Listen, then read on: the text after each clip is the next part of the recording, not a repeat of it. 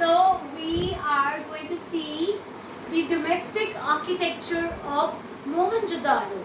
Children, as I am teaching you and emphasizing the fact that it was the most planned city of Harappan civilization, now we are going to see how it was planned and how the buildings were constructed.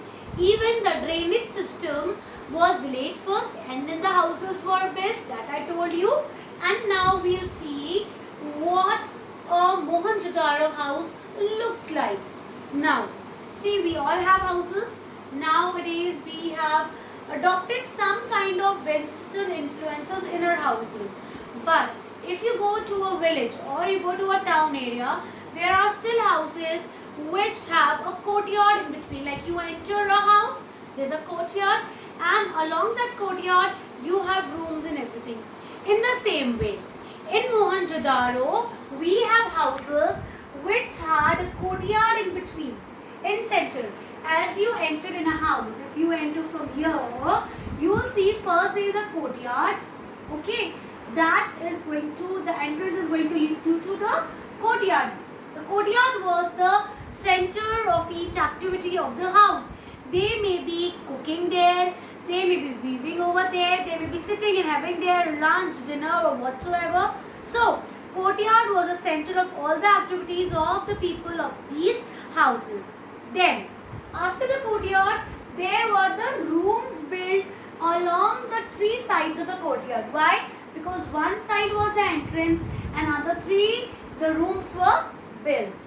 Now, children, one thing has to be kept in mind, that these rooms didn't have any window on the outside part of the road or the street, or even the door didn't give any view to the interior of the house.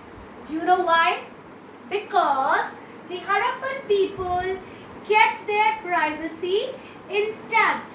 They were really want to maintain their own privacy, the privacy of the female members of the home. So they did not have the windows on the outside part of the street, only in the inner part of the courtyard, and even the door did give the look of the interior portion of the house. So this was very important part of the construction of the buildings of Mohen-jo. Now, each house had its own bathroom.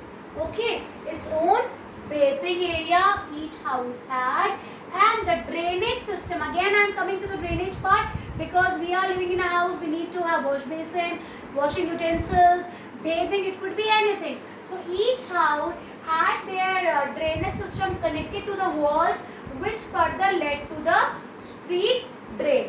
Okay, now we have drainage system in our houses. There is one center area where the entire wastage get collected, and then it is connected to the main hose pipe of the colony or the compound. In the same way, along the walls of the house was the drainage pipes laid, and these drainage pipes are further connected to the street or the main hose of the area or the road. So these points are very important to keep in the mind when we are talking of the buildings of Mohen-jo. And buildings, what buildings? The residential buildings.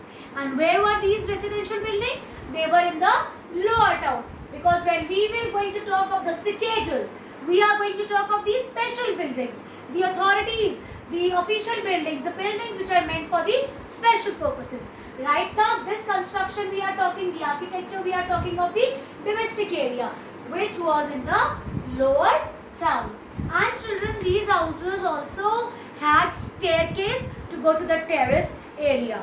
And if we calculate, as per the archaeologists, there were 700 wells in Mohen-jo houses. That means each house also had a well in that. Well, you know what is a well? To fetch water. So each house also had well in them, and these wells were in such a part that they were kept on the outside part of the house. So that the passerby also can get water from the well. So this is very distinctive features of the domestic architecture of Mohen-jo. Now coming to citadel, I have already told you, built on a mount area, peak area for the official purposes, buildings for the special purposes.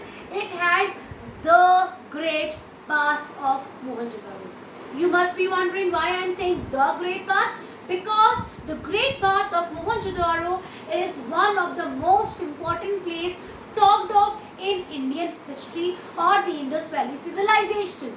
Now I'll deal with you about the Great Indian Bath. I'll show you a diagram and how the architecture of the Great Bath was done, and also what was the purpose of the Great Bath.